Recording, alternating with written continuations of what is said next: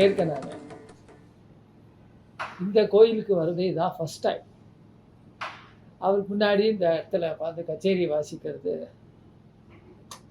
அந்த எக்ஸ்பீரியன்ஸை அது வந்து ஒரு சொல்ல முடியாத அளவுக்கு ஒரு பிரமிப்போடு உட்காந்து வாசிக்கிற மாதிரி ஒரு ஒரு உடம்புல ஒரு இது கிடைக்கிறது எனக்கு. இந்த கோயிலில் வந்து வாசித்ததை நான் ரொம்ப பெருமையாக நினச்சிக்கிறேன்.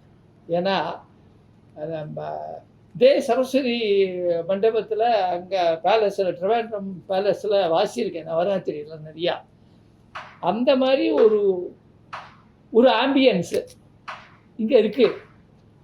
ஆம்பியன்ஸுனாக்கா நான் ஜனங்களுடைய ரியாக்ஷன் அதை சொல்லலை.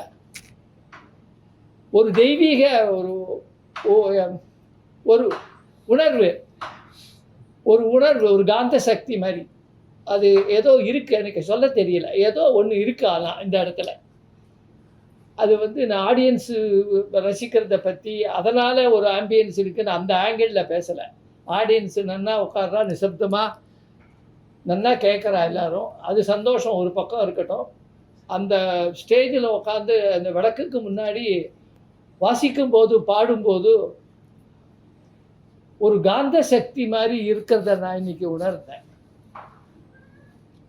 அது எல்லாருக்குமே அந்த மாதிரி கிடச்சிருக்கும்னு என்னுடைய எண்ணம். நம்ம வாமனன் நம்பூதிரி சாருக்கு இதான் ஃபஸ்ட் டைம் வாசிக்கிறேன். சூப்பராக பாடுறார். ஐயோ, அவர் என்ன பண்ண போறாருன்னு எதிர்பார்க்கறதுக்கு முன்னாடி வேற ஒரு சமாச்சாரங்கள்லாம் பாடுறார். ரொம்ப எனக்கு மனசு திருப்தியாக இருந்தது வாமனன் சார். நம்ம ராஜேந்திரன் நேற்று கூட அவரோட தான் வாசித்தேன். நம்ம சஜீவ் கச்சேரிக்கு ராஜேந்திரன் ஒவ்வொன்றும் வாசிக்கிறார். மற்றபடி ஒவ்வொரு வருஷமும் இது மாதிரி என்னை கூப்பிட்டா நான் வருவேன். வருஷம் வரணும்னு எனக்கு ரொம்ப ஆசையாக இருக்குது. அது மட்டும் இல்லை, என்னுடைய ஒய்ஃபையே அழைச்சிட்டு இந்த இடத்துல சுவாமி அம்பாளை தரிசனம் பண்ணணும், கச்சேரி கேட்கணும்னு எனக்கு ஒரு ஆசை. இந்த ஆசையை சொல்லிவிட்டேன்.